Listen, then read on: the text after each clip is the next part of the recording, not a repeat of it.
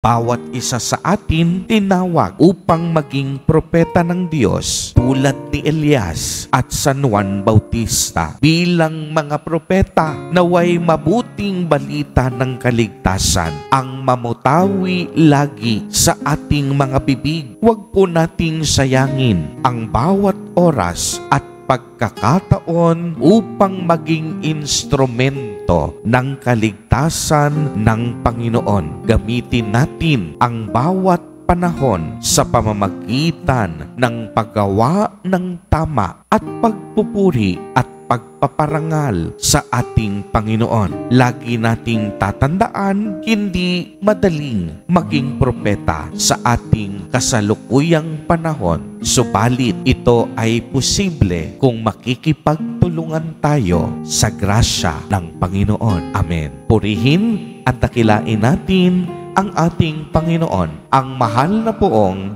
Jesus Nazareno.